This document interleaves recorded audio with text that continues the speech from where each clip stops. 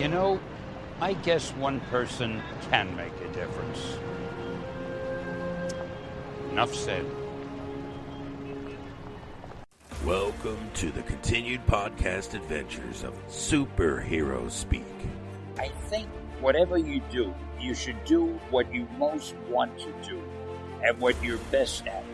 Too many people don't really do what their heart's desire is, but they try to do something else because they think, well, it'll be easier to get a job or to make money. And if that happens, then when you're doing it, you feel like you're working. But if you do what you really want to do, you feel like you're playing. It's easier for you to do. I'm doing what I enjoy doing. It's like other men like to play golf, so they play golf every chance they can. So you don't say to them, how come you're playing golf today? You played last week. It was the same with me. To me, it is such fun creating characters, writing stories. It's an exciting life. And when you do something that you know the fans seem to enjoy, that gives you such satisfaction, you don't want to stop. Excelsior!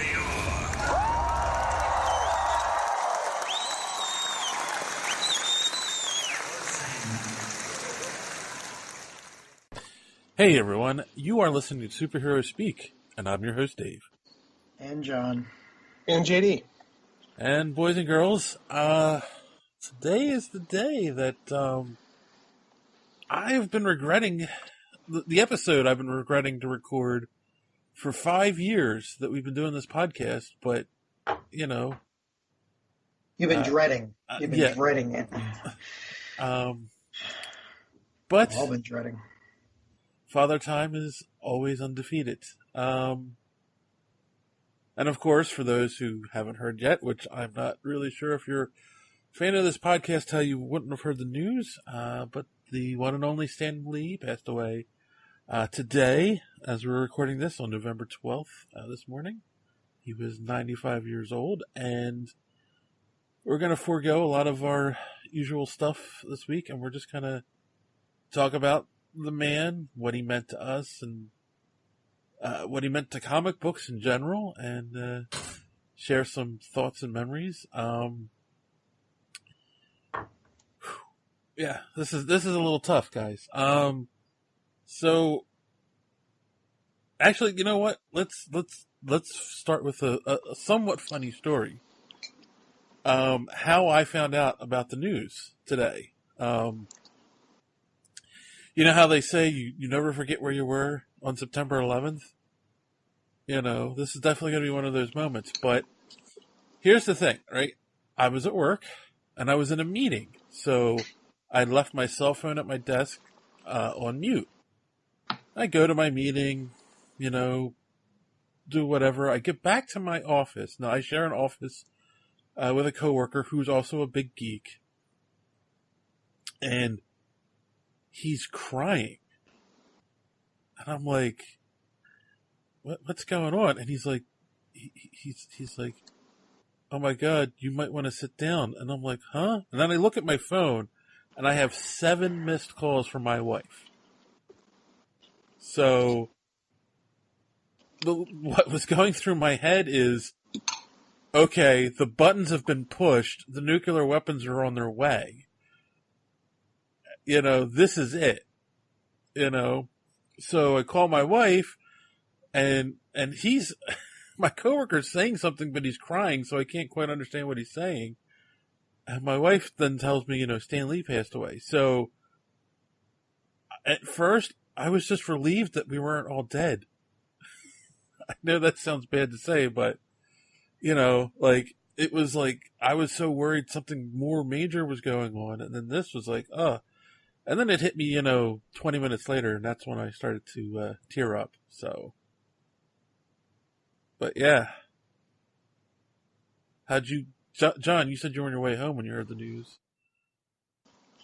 I don't know, it must have been one of those disturbance in the force type things, because I was driving home, and I don't know, I just felt the need to check the news.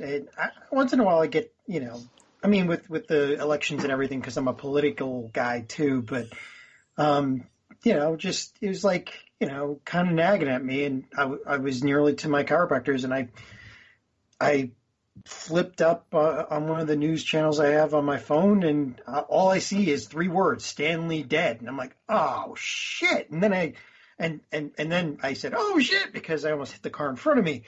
But yeah, it's just that's how I found out. And then people from work started texting me because they all know that I go to the New York Comic Con because they like seeing the pictures after I get back, and I've got I had 8 messages from them, in the 5 minutes between figuring out myself and getting to the chiropractor. Mm-hmm.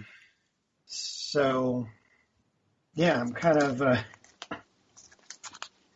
I don't know, It's it's one of those things for me where there's very few people, very few celebrity or those kinds of people in my life that I actually remember the actual time when I heard they were that they had passed away. Like Shel Silverstein. I remember the very second that I heard Elvis was dead. Jim Henson, Princess Diana, Pee Wee Herman. It's just. Yeah. John Lennon. I always remember John Lennon because I came home from school and my sister was crying, and I'm like, why are you crying? And then she told me, John Lennon was dead. And I'm like, oh. I was 7 at the time, so. How about you, JD? I found out from you on the Slack channel. I was napping with my son this afternoon, and I felt the vibration, and I checked and I saw it. And I am not, I don't know, I don't feel I have not had tears over this. I think that I'm just not that kind of guy when it comes to people I don't know.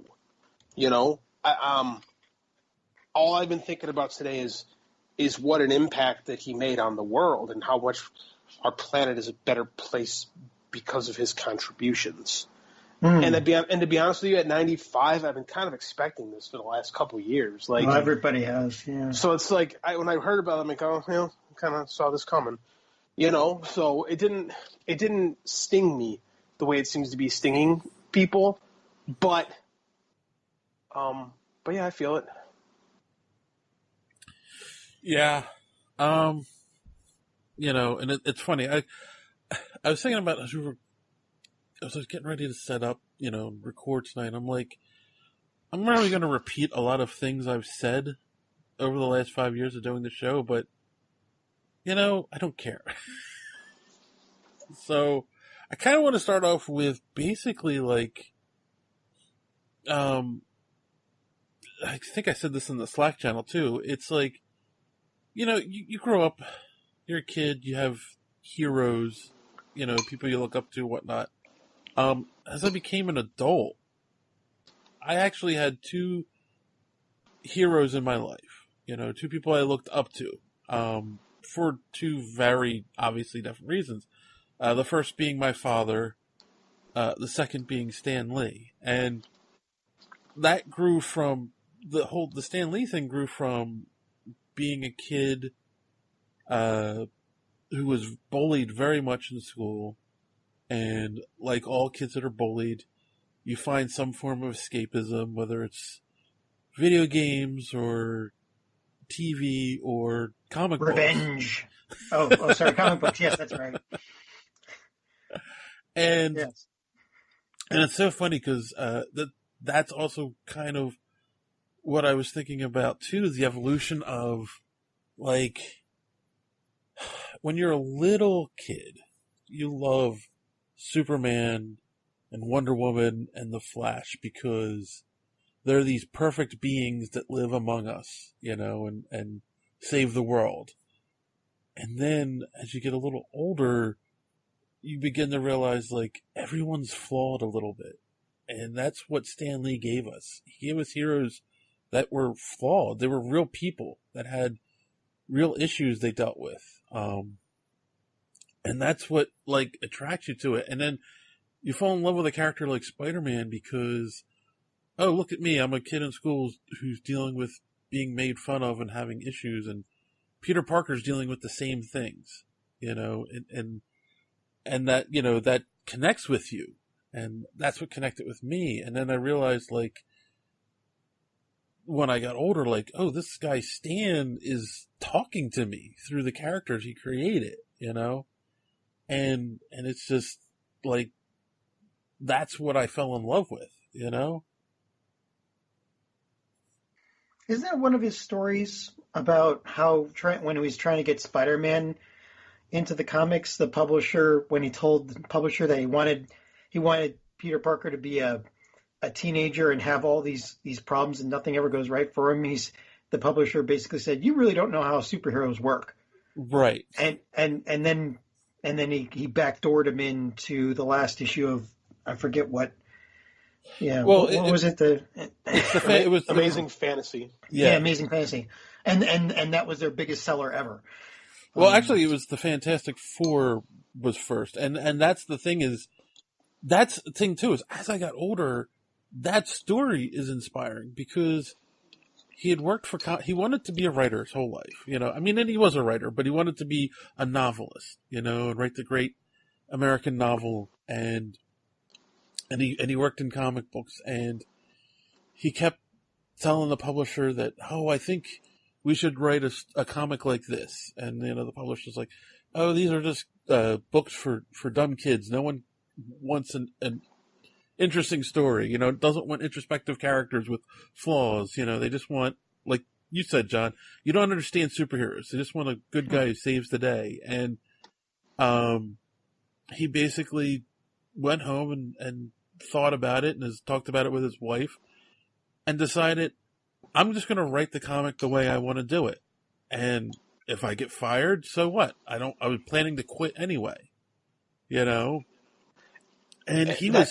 go ahead. Yeah. No, so this is what dovetails it for me. What means the most, the creative guy, is that he had worked at Marvel since he was 17. Timely Atlas, whatever you want to call the company at the time. And he was 38 when the Fantastic Four #1 came out. Mm-hmm. And that's the age I am now. So, it sticks to me that all the best stuff that we think about Stan Lee, he hit his creative peak on the back nine of his life.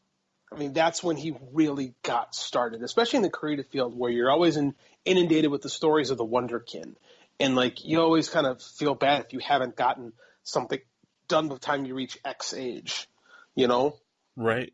That Stan Lee is a guy that, and what I respect the most about him is that he never lost the inner child in him and tapped into that and reshaped what comics would become and really created the medium as we know it. And he did that all in his 40s and 50s. Exactly. That's the whole thing. I was 38 when we started this podcast. So, And now you look like you're in your 60s. You can see that it wears on you. So yeah, that was the whole thing. Like, why not do it? What do you have to lose, right? Doesn't matter what age you are, just take the chance. And you're right, JD. We get all the Wonderkin young people stories, like, they did this creative thing at a young age, and we kind of feel, at least in our society, when you hit a certain age, you're not allowed to go and do stuff like that anymore. And which is stupid, because it probably took, the reason why he probably hit it on the back nine was because it takes that long for you to get enough life experience to be able to convey the kind of stories that he told that people liked, that they could identify with. At the same time, like, the media specifically loves to tell the story that we was talking about of the Wonderkin, or the whole Curse of 27 thing, where you get these artists that burn out, that don't burn out, they flash and then disappear and die young, and that's how it's supposed to be. Or a guy like an F. Scott Fitzgerald who never really hits in his lifetime, and it's only after he dies that you find out how great he really was. I mean, it's usually one or the other, like, and it's almost discouraging. People almost look down on you when you're trying to hit something creative later in life, you know? Right. Ridley Scott didn't direct a movie till he was 40. Great, you know? Yeah. Same kind of thing. Amazing. Wow. So yeah, I mean, and that's another thing too. I often ponder this, and I'm not sure. It's not also the fact that he was older than he did it. I mean, that is the inspiring part to me, but it's the fact that he just did it. Like, comic books were looked at as a certain way, and they weren't for telling any kind of serious story. And then he's like, no, I think we can do that. And he, created the Fantastic Four, Spider-Man, Hulk, X-Men, and changed the way comic books are looked at. So the pondering is, if he hadn't done that, would comic books still be around today? I think so. I think they would have gone in a different direction. Like, I think Stan Lee tapped into a cultural zeitgeist, to be honest with you.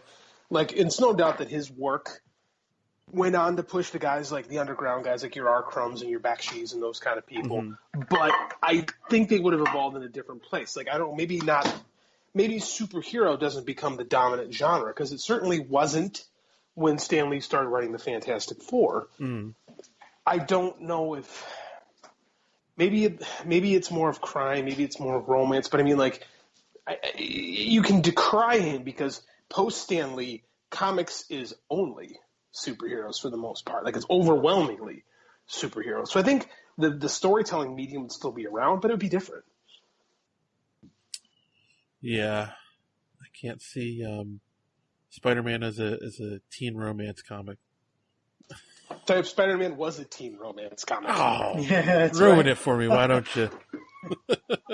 It was especially the best Spider-Man stories. The Lee, as long as we're doing this, let's do this. The Lee Romita run, which is the one that most people look more fondly on, is Archie with superpowers. But remember, the biggest rival, of course, is DC, and DC, again, like we've said before, they're just a bunch of gods, right? And while the stories are interesting, and because the characters they've come up with, who doesn't like Batman?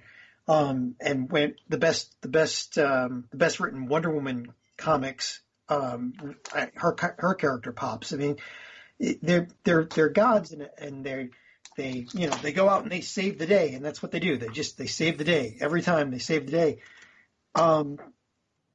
And Marvel's a counterpoint to that, because it still has that sense of wonder, that thing that tells you, it's that story that tells you, things can get really bad, and yet these people still do the right thing, even when everything's against them.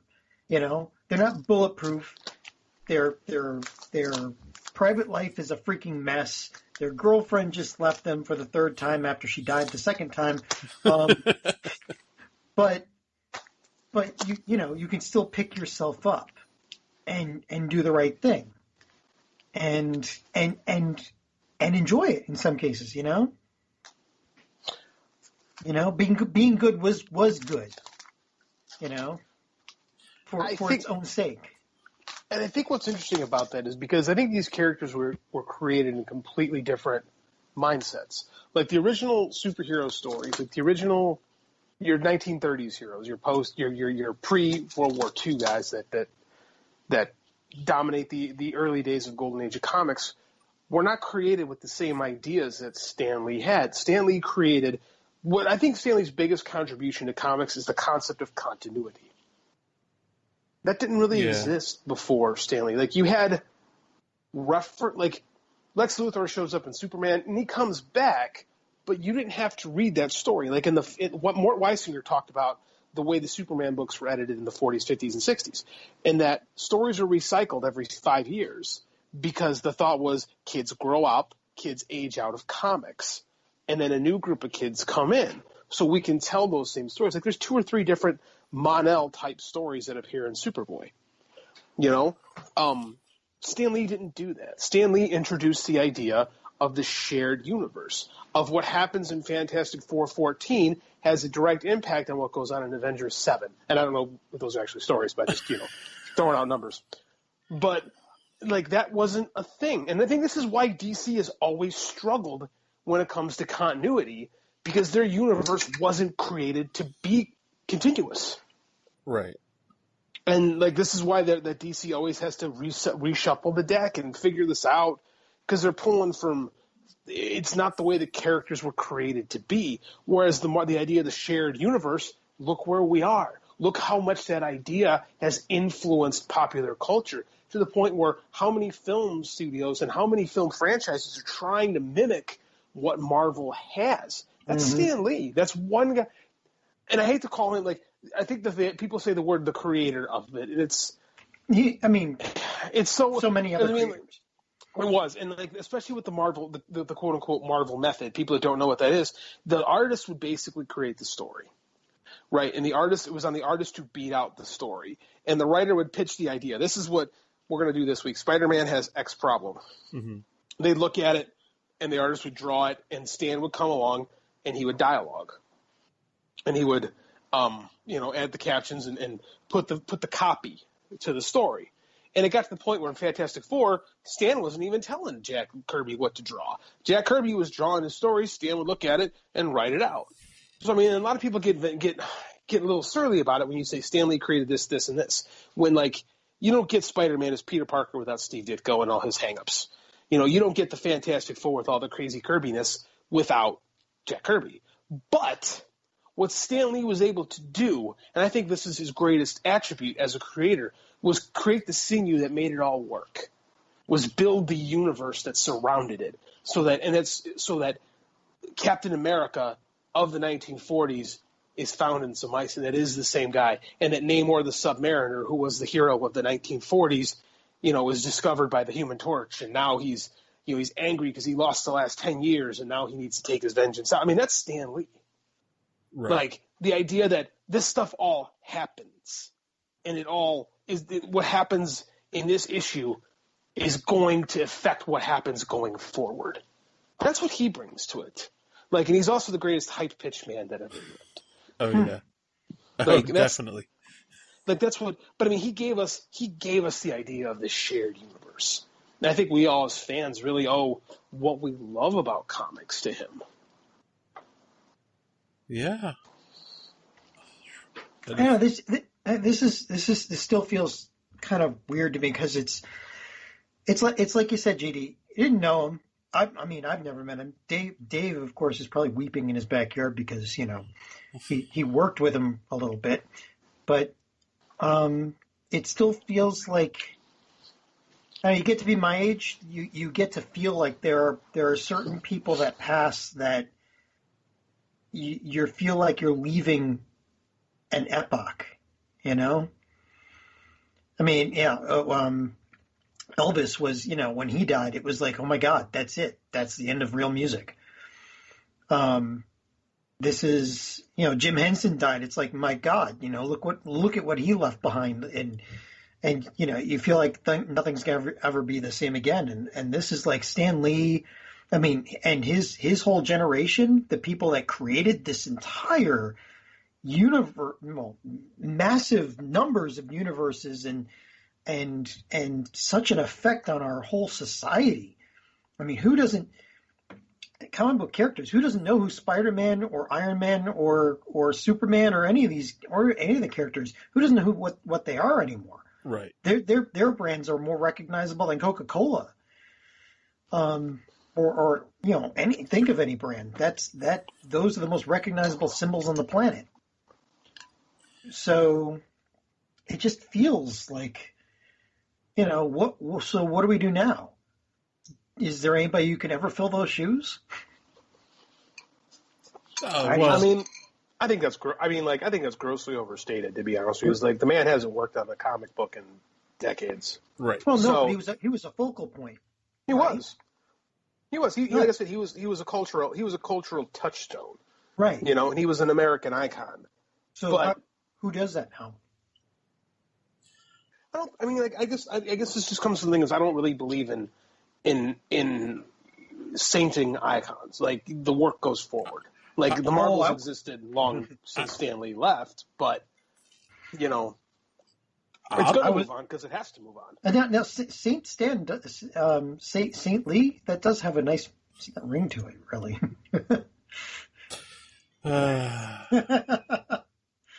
Can you imagine what he would say about that? I think he's Jewish. I don't think he would. I was about to say he was Jewish. He'd have a lot to say about that, right? Oh man.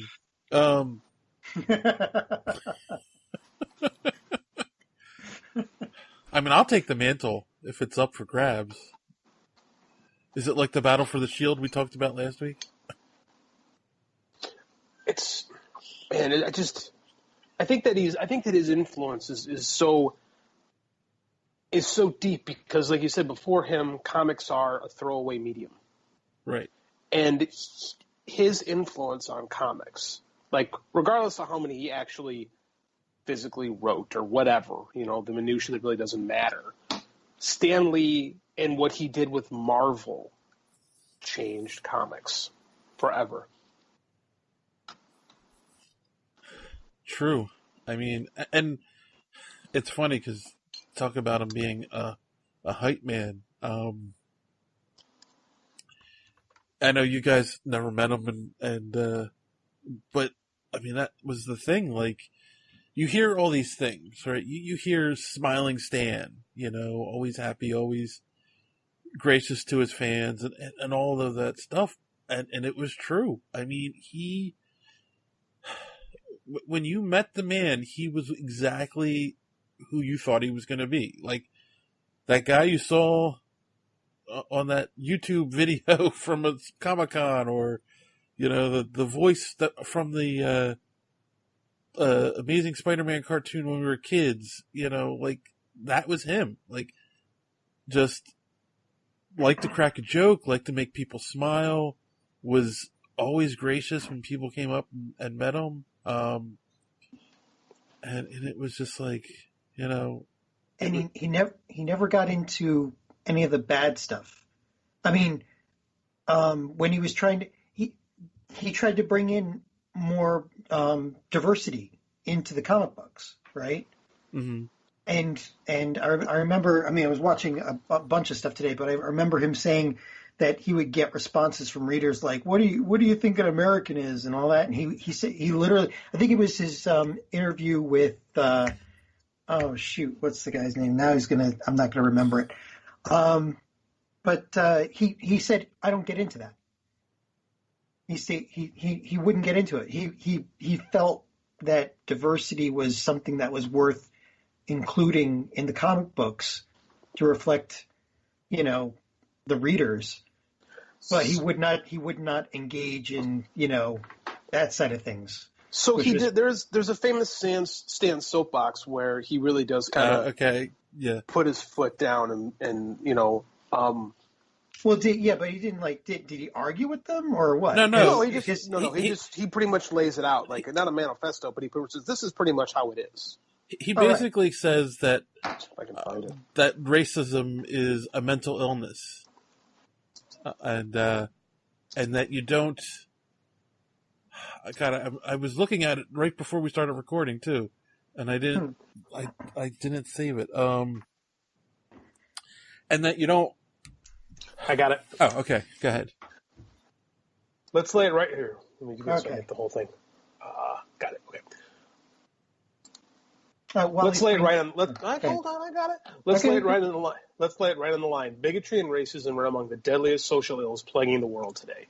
But unlike a team of costume supervillains, it can't be halted with a punch to the snoot or a zap from a ray gun. The only way to destroy them is to expose them, to reveal them for the insidious evils they really are. The bigot is an unreasoning hater, one who hates blindly, fanatically, indiscriminately. If his hang-up is black men, he hates all black men. If a redhead once offended him, he hates all redheads.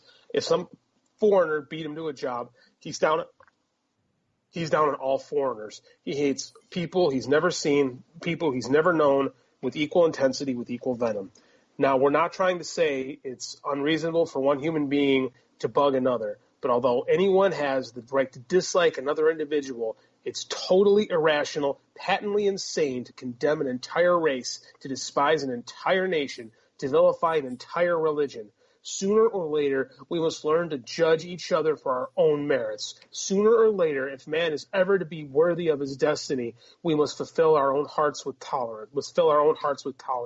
For then and only then will we be truly worthy of the concept that man was created in the image of God, a God who calls us all his children. Pax ex justia, peace and justice, peace before justice. Stan. That might be the greatest thing he ever wrote, to be quite honest with you. I was getting a little choked up reading it.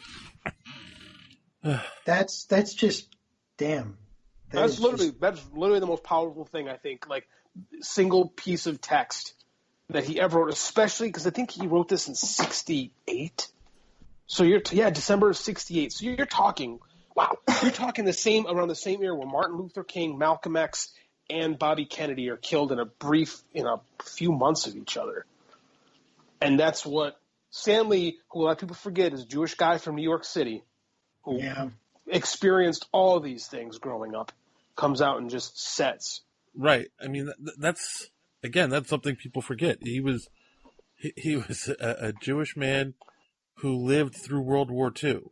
And, obviously that is going to affect your view on those things, and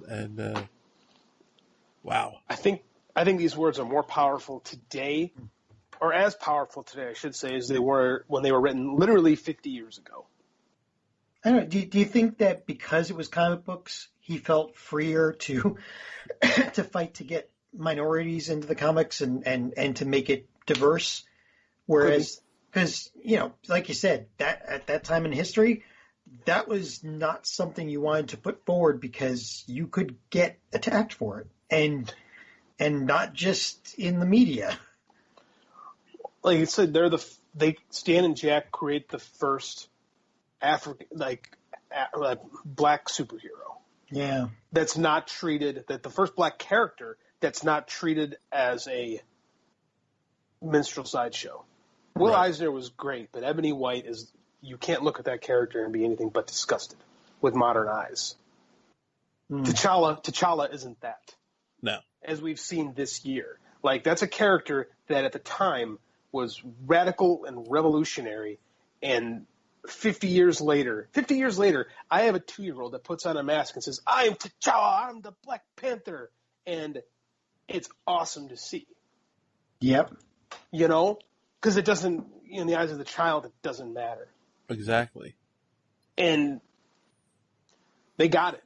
He's judged by his character, not by the color of his skin. And T'Challa is a phenomenal character. Yeah. It's crazy to me how much of an issue these things are 50 years later.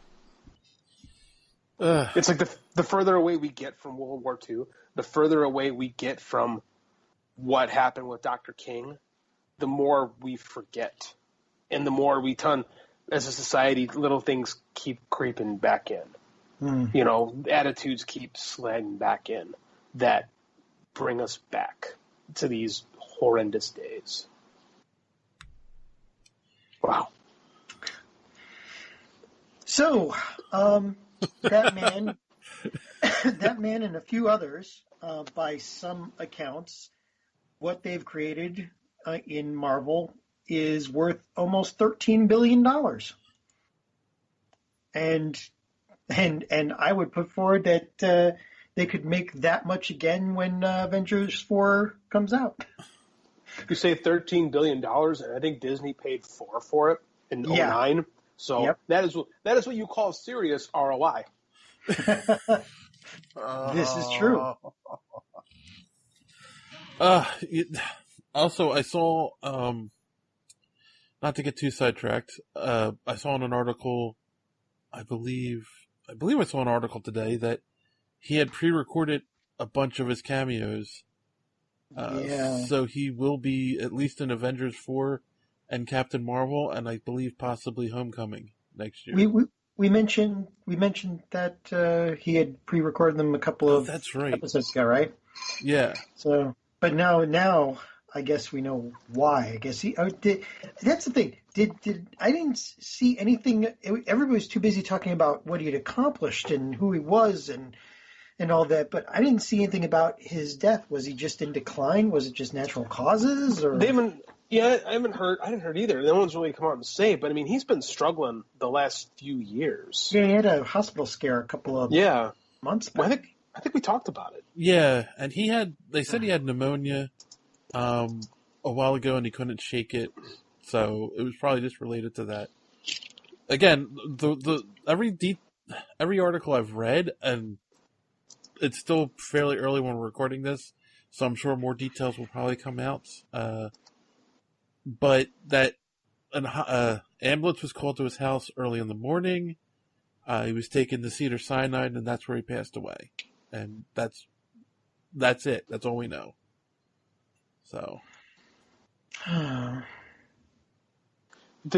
Stanley, when he stepped down from Marvel, I think he was still the publisher, but in name only. This is like the shooter era, like the late 70s, early 80s, when he really steps away from comics. His life's ambition at that point was to take the Marvel properties and bring them into the larger media. Yes. They found he was one of the founders of Marvel Animation, which we all grew up on in the 90s, like their first outing, Spider-Man and His Amazing Friends. Yeah. Like, that's the show for me as a 2-year-old, like the same age my son was. Like, I don't know if I told this story on this podcast, but when I was 2, my grandfather owned a bakery in the city of Chicago for 40 years, and he was, from what I'm told, was a really good baker. And him and my aunt made me a Spider-Man-shaped birthday cake. And my family went to cut into it, and I started crying because I worried that they were going to kill Spider-Man. Oh. So they had to cut around the cake, and we had to eat around Spider-Man until I fell asleep and they finished it off. True story. So, yeah. That's awesome. But that's, and I'm 2. I can't read, you know? I know of that because of Spider-Man and His Amazing Friends, because of that extra work that Stan Lee did. Like, think about all the crappy Marvel movies that came out before. Credit where credit is due, Blade. All the crappy Marvel movies that come out before Blade, you know, where he's laying the foundation and trying to get Marvel that mainstream acceptance. Right. And now look where we are. Like you say, $13 billion. I remember late 80s, early 90s, probably late 80s, reading, you know, the letters section in the back of a Spider-Man comic, and them talking about, you know, news for the company and getting a Spider-Man script together, and people asking, is Venom going to be in it, you know, and waiting all those years, and yeah. But yeah, that's around the time when he was trying to get all that done, and it took a really long time, but boy, did he do it. Like, it just, I don't know how he didn't really talk about this, like, I know he said he was proud of it, but I mean, like, these are his children, you know? Mm-hmm. And, man, I get proud when I see, you know, Andy just sharing and being nice, and I couldn't imagine the pride of seeing your creations change the world and become the icons of billions. I saw a video where someone had shared on Twitter and talking about him. It was just an interview with him. It was one of those where it was just him talking, and he was just like, you know, when I go to these movies, I don't really think like, wow, there's my creation up on the screen. I want to sit there and just watch the movie with everyone else and enjoy it. And you know, like, and then afterwards I'm like, wow, that was really exciting. That was really fun. And And basically, he's just happy that his creations made other people happy. And it's just like, why can't everyone be like that? Well, we're not all that talented, so. Oh. that's kind of a barrier. I just meant be happy that other people are happy. Don't worry about. Oh yeah, that. No, none of that here. No. We're all just gonna be bitter, sad people. I'm getting into my curmudgeon days, so it's what do you mean getting there? You were born curmudgeon. You're pretty curmudgeonly. This is true. Okay, I'll take a drink to that, and I'll also take a drink to Mr. Stan Lee. What won't you take a drink to? Not much, but for him, I use the good stuff. Oh, okay. Did I ever share the story of?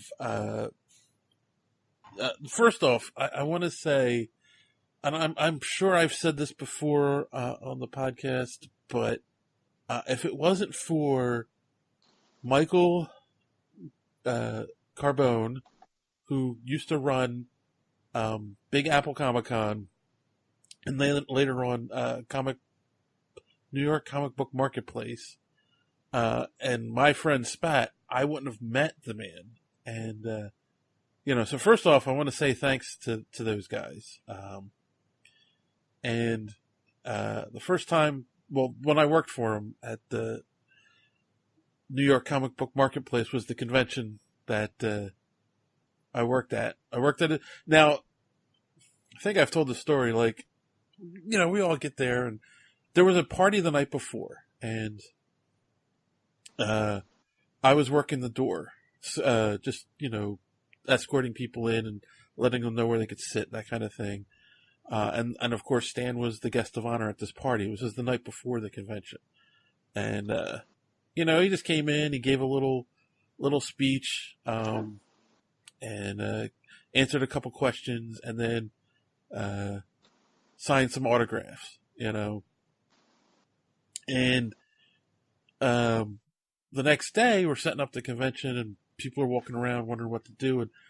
And my friend Spat, who ran the volunteers, he was in charge of the volunteers, he was like, "Oh, I got a special job for you." And he grabbed me, and he walks me to the other side of the convention center where there's a table set up, and he's like, "This is going to be your station," and it was Stan's table. And I'm like, okay. So he did that on purpose.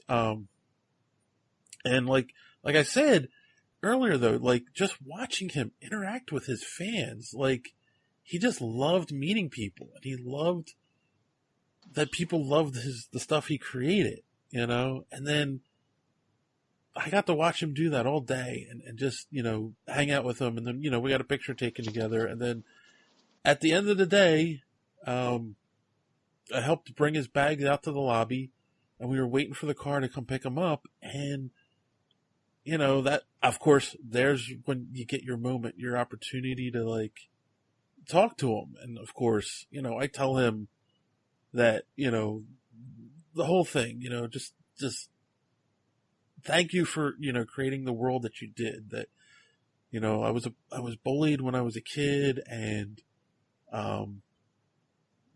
Spider-Man just gave me a world to escape into. It's someone I could identify with, and it just made me feel empowered, and it just, helped me through a hard time.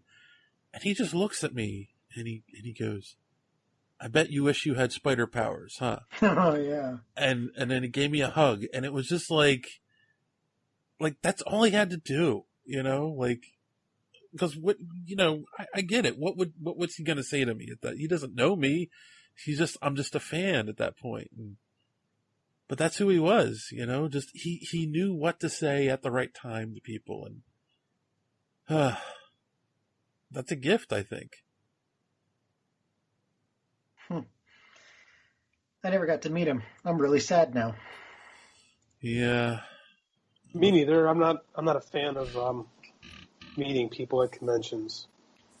Yeah, well, yeah, the meeting them at conventions can suck because was it Rob from Comics Explained on YouTube? He posted a video. He said he got to meet Stan like 5 years back, and it's the same thing that I went through when I was when I got to see Haley Atwell. It basically they threw you in a line, and almost before Stan Lee is finished signing his autograph, they're throwing the picture at you and pushing you out the door. So, it's meeting them at some of these conventions is not really meeting them. You get close to their vicinity, and that's about as far as it really goes in a human way. Right. I mean, and I will say that it's tough because when you're Stan Lee, like you've got 500 people in a line that want to meet you. You can't spend 20 minutes with each person because, like, then you would be there all day long and into the next day. So that must have. See, that would have been one of the questions I would have asked him is how do you deal with that? Because like what you're describing, he would have wanted to spend more time. Oh, yeah. Right? Yeah, I mean, he would start talking to people, and his handlers would be like, "Oh, gotta move it along, Those are the best. But yeah, no, I mean, he tried to give people a smile, at least say something to everyone that he could, He would love to comment on stuff that he was signing, He was signing a Silver Surfer statue, and he started talking about how he loved the idea of this being from another planet who could just sail above ours and look down on it and marvel at the beauty that, God created. And, it was just like, wow, and of course they're like, oh, that's great, move along. But, it's a shame. Did you guys ever watch the video for How to Draw Comics the Marvel Way with Stan Lee and John Buscema? No, I don't. I think I was probably the right age where I was probably about 9 or 10, and it's Stan narrating and John Buscema showing how to draw, and I would sit there and try to mimic, and I can't draw it, so my drawings would look horrible. But like he would, just the presence of him, it just made it. If we made a video should have been boring on how to draw, seem awesome. And it was like a real nice little lesson on composition and, using shapes to put things together. And I'm just scrolling through my Twitter feed right now and just looking at there's so much great stuff. Like a lot of it feels like the world is mourning along with us. Yeah. And someone posted the book, How to Draw Comics the Marvel Way, and it brought me back to renting that video cassette at Blockbuster and just hanging out with Stan, like that voice. Like I think that voice is just forever entrenched in my subconscious. Like I think all of ours, from watching Spider-Man and His Amazing Friends and even the night, like he narrated a lot of those cartoons. So when I would read the books and I would read the narration captions, like that's the voice I heard was Stan's, and True Believers. Yeah. Yeah. I mean, and there's just that's the other thing. Like he had that voice, of a warm uncle or grandfather, you could just hear it in his voice. So I think it's interesting. I think the industry certainly had their opinions on him, and I think his contemporaries, for us that grew up under the shadow of Stan Lee, the man is one thing, and I always find it interesting that the Stan. I mean, Stan and Jack to me, and that's what it is. Mm-hmm. That's Marvel Comics. I mean, one without the other isn't nearly as good. Like Fantastic Four isn't the success that it is. One, Stan's ideas. Two, Jack's execution and Jack's further ideas onto it. I don't know if you're aware of this, Dave, but there's a character, and I'm sure John is. There's a character in DC called Funky Flashman. Oh my God, you're really pulling him out there. I don't know if it is. I mean, like Mr. Miracle's a big book right now for DC. He's Mr. Miracle's hype man. It was Jack Kirby's Fourth World, and this is a character he's a caricature of Stan Lee. Like looks like him, talks like him, and the overly verbose con artist is the character, and with the bad toupee. Like, and it's funny to read these things because, like, I don't like sainting people. I much prefer to try to know about a person as they were, flaws and everything. Because I think that's, for the guy that created the feat of Clay superhero, I think it's best we look back on him the same way he created his heroes, and like to look at the issues between the two of them and what kind of drove both of them really away from the comic industry. And like, if that doesn't happen, we don't get the awesome Fourth World stuff from Jack Kirby. But I don't know, man. It's interesting to me. And I do think it's interesting that in his later years, Stan would give a lot more credit to the Steve Ditkos and the Jack Kirbys than he did at his peak Stanness. In the 70s when he was eating up because in the 70s, like, and he's everywhere as like the Marvel hype guy, and I think a part of me wonders, like, I don't think you can stay humble with that much praise being thrown at you all the time. So I kind of get, like, I've always been, truth be told, I've always been on the Jack side of that dichotomy, right. But now that Stan Lee's gone, it's kind of making me think that, or maybe appreciate it a little bit more, right. Because I do think the mainstream media does praise Stan Lee far more than they do Jack Kirby. True. Yeah. But again, also, it goes back to, again, he's the hype man. He's the face and the voice of Marvel. Like, so he's out in the forefront. It's the lead singer in a band scenario. I was just going to say David Lee Roth.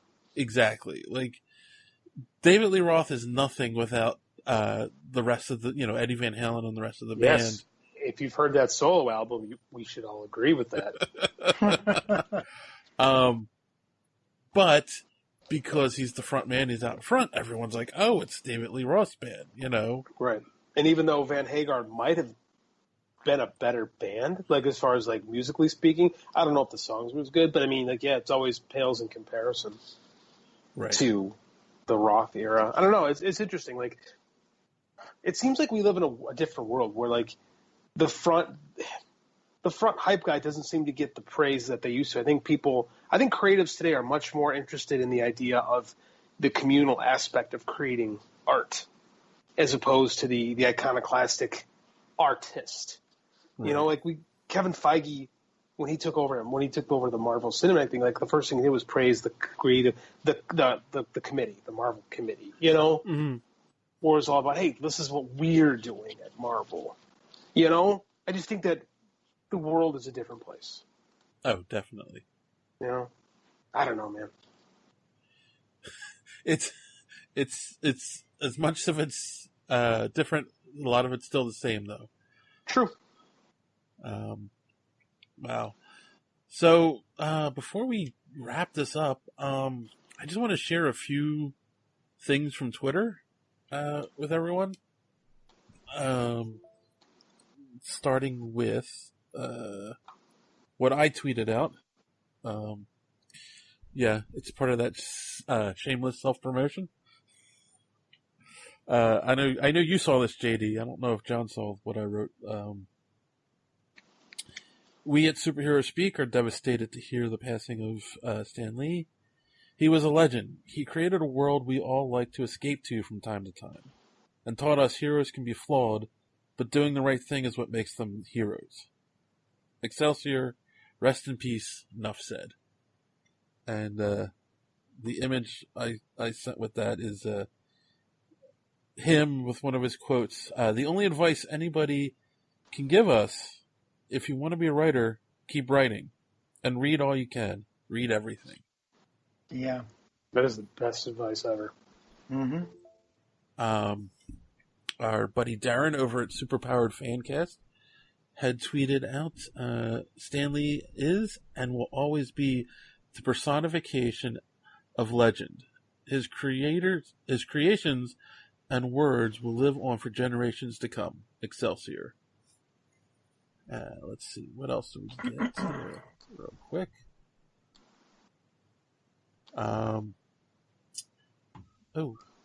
Chris Evans had tweeted out, there will never be another Stan Lee. For decades he provided both young and old with adventure, escape, comfort, confidence, inspiration, strength, friendship, and joy.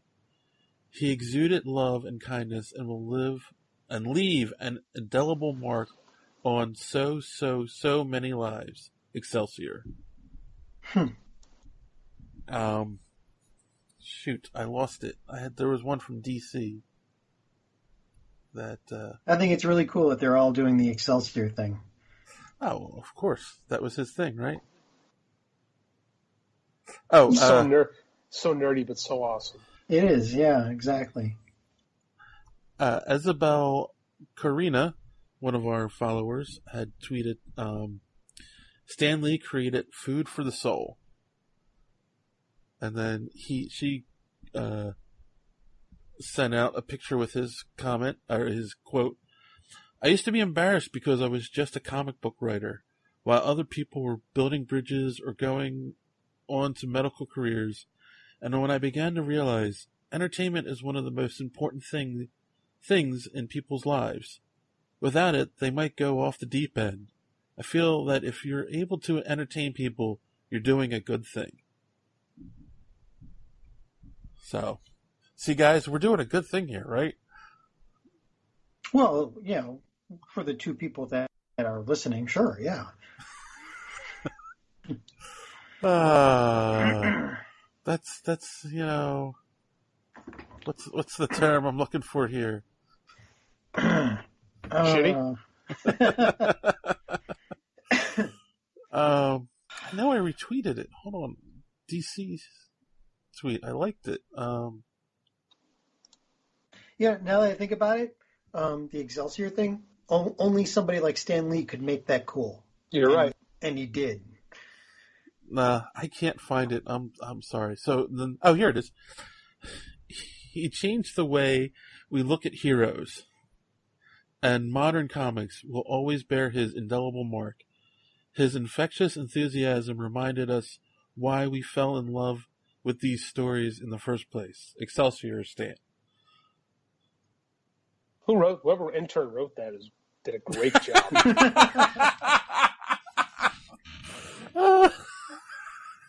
JD scores in the final quarter. That's that's about right.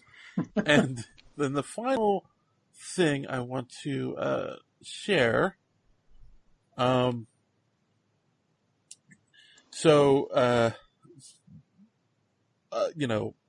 This is already being shared on our website. It's kind of sucky to announce it in an episode like this, but we do have a new partnership with a YouTube creator, Comic Book Nostalgia. They put out daily videos this day in comic history, and we've been sharing them out on our website, and they've been promoting us, so it's, a fun little partnership we've got going. He did create a video for this. His tweet was, the day we all dreaded finally happened. The comic world will survive, but the whole left will never heal. Stan Lee, nuff said, Excelsior. So, that video, of course, we're going to have a link to it in the description of the episode. Plus, it'll be as part of the new section we have for Comic Book Nostalgia on our website. You can find it in there, and yeah. So, thanks guys from Comic Book Nostalgia, and you guys should, definitely check them out. So, any final thoughts about Stan Lee before we wrap this one up? Yeah, I think I am going to give him the highest review I've ever given, and give him 10 capes. Do you realize the majority of characters that Stan Lee created didn't wear capes? You can only think of one that did off the top of my head. I know. Yeah. Thor. So what do you do? Give him 10 radioactive spiders or what? I don't know. 10 overly bombastic statements. Yeah. There you go. Man was a good writer, but subtlety was not his thing. No. No. How about you, JD? Man.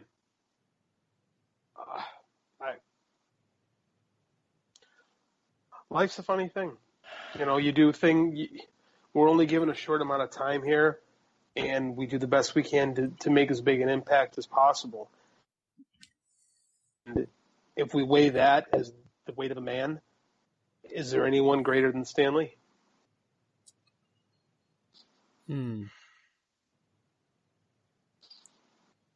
At this moment, no. Yes, yeah.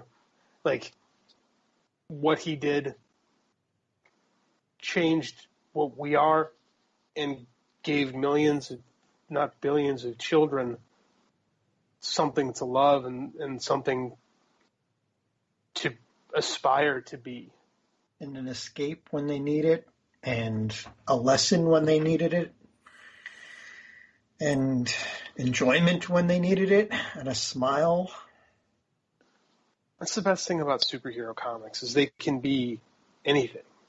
Like, it's not just, they're bank robbers and we foiled them. A superhero story can be drama, it can be comedy, it can be horror, it can be romance, it can be noir. I mean, like, if you put a guy in a cape and a cowl, there's no limit to what story can be told. And I think that Stan Lee is the guy that brought that to us. Yeah. All right. I don't really have much to say. It's kind of hard. Yeah. I mean, I totally agree. He changed the way we look at comics. He gave us universes that we can escape into and entertain us. And like I think I've been trying to say is that he also did it in a way where he tried to teach us a little something, that even if you're old, you have some kind of flaw, you have,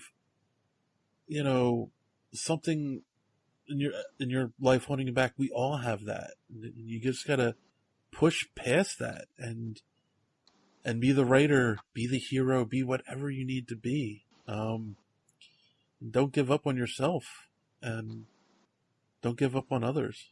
So, on that note, Stanley Lieberman, better known as Stan Lee, rest in peace, my friend. Until next time, I'm just going to end with Excelsior. Yeah. Enough said. 100 years from now, if somebody should bring up my name, if it would still be around, it would be nice if people say, geez, I thought he was a good writer. His stories gave me a lot of pleasure. That's what people tell me now, and it's the best thing any writer can ever hear. When I see the characters that I helped to create on the screen, I don't really think of them as my characters. I really sit in the theater and I watch them the way every member of the audience watches them. And at the end of the movie, I usually say, damn, that was good. I'm so glad. But I worked with artists who brought them into life, who let people see what they look like and showed the action. There are directors who added so much to the characters and their direction, and the actors who brought so much. It isn't a one-man field. There's so many people contribute. I'm just happy that I've had a hand in all of this, and I'm happy that even after all these years, someone bothers to interview me about it. I'm really very flattered.